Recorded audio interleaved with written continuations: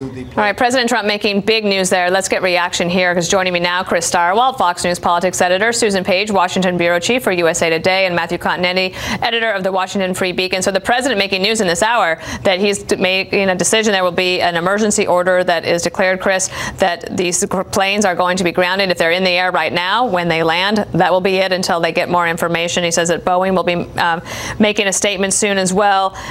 The president has to manage a lot of things here, right? So he's got his the consumers, right, passengers, and that anxiety, the flight attendants, their anxiety, the pilots, but also a company who says we are waiting for the facts before we make this big monumental decision. But the president throwing caution aside and saying we're going to just do this. And not just a company, arguably the most significant American manufacturing company of them all. The Boeing is the gold standard. It is right up there with Ford Motor Company in terms of when the world thinks about the United States and the great products we make. Boeing is right there. And it's understandable that the president of the United States would not want to say about such a blue chip operation as Boeing that there's anything wrong and that we have any concerns when Boeing says we think everything's fine.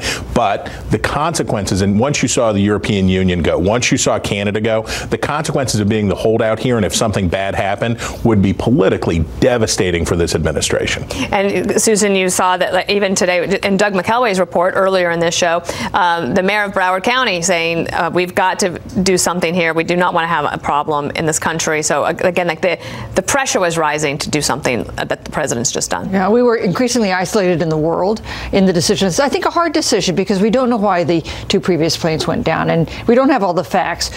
We do have reports, a story broken by the Dallas Morning News, that there are 11 anonymous complaints filed by commercial pilots about problems with this plane. That raises some caution, I think, on the grounds of policymakers. I guess if it's a hard call, you make a call, as the president said, on the side of safety. You could have some financial costs. You hurt Boeing, you hurt Southwest that flies a lot of these planes, but you protect people from the potential of a plane crashing into the earth. So people who are in the air now, Matthew, when those planes land, I guess there's 67 planes are going to be grounded at that point. But one thing that has been a problem is that this plane was flying in Ethiopia and it goes down. They do not have the capabilities to do the analysis that we need.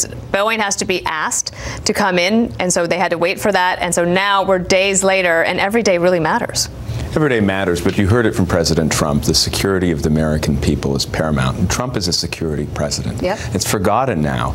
But terrorism and the security of the American people were a paramount issue in 2016. I think it's an underrated reason why he was elected in that year. And he's taken pride in his flight record, the relatively safe record, very good safety record in the first few years of his presidency. He doesn't want to risk that. He wants to maintain his image of being the security president. And that's why he made this decision. It's interesting, Chris, because it almost looked initially like on that first day that it was almost political, right? That the first countries to ground the airplanes are China, right? But then when the European Union gets on board, now Canada today, just geopolitically, talk to me a little bit about that. Well, Europe and Airbus, not saying, just saying. Boeing is in a complicated position. Boeing is an American corporation, and as I said, a blue chip property around the world, but also they're caught up in tariff wars. The administration has not been pleased with all of Boeing's choices. Unions don't like Boeing when Boeing gets around and finds right-to-work states to work.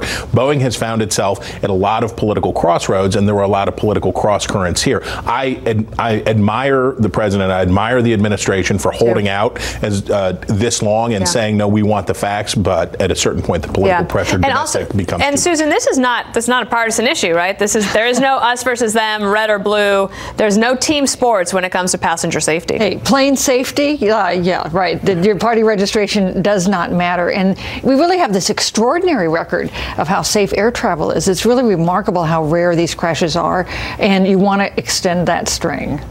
Matthew, what about going forward for Boeing in terms of just managing a conversation, right? The crisis communications around this, because you're hamstrung. because you don't know what happened, so you can't say. And also, you have orders that are out there. I guess there's like 5,000 out there that there might be. They have the planes that are in the air right now, and you have other concerns just competitively. This is Boeing's Apollo 13 moment, right, where they get all the scientists in the room and they say, how did this happen? We need to figure it out, and let's work on it. And I assume that's what they're doing now, and they have to in order to restore credibility and confidence in their airline. You know, the best thing that Boeing can do is have this investigation go forward and find out it's not the fault of the plane. Absolutely.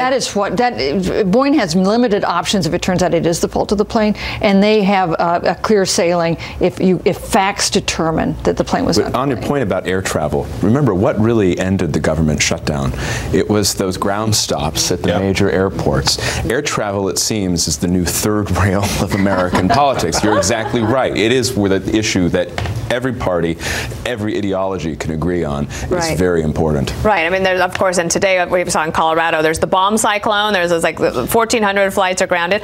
Economically, Chris, this doesn't come without a cost. No, it comes at a significant cost, not just long-term cost potentially to Boeing if this doesn't turn out the right way, but for these airlines. Now, we know profit margin. If anyone who has flown basic economy in the United States in the last year knows that margins are pretty narrow for the airlines these days, right?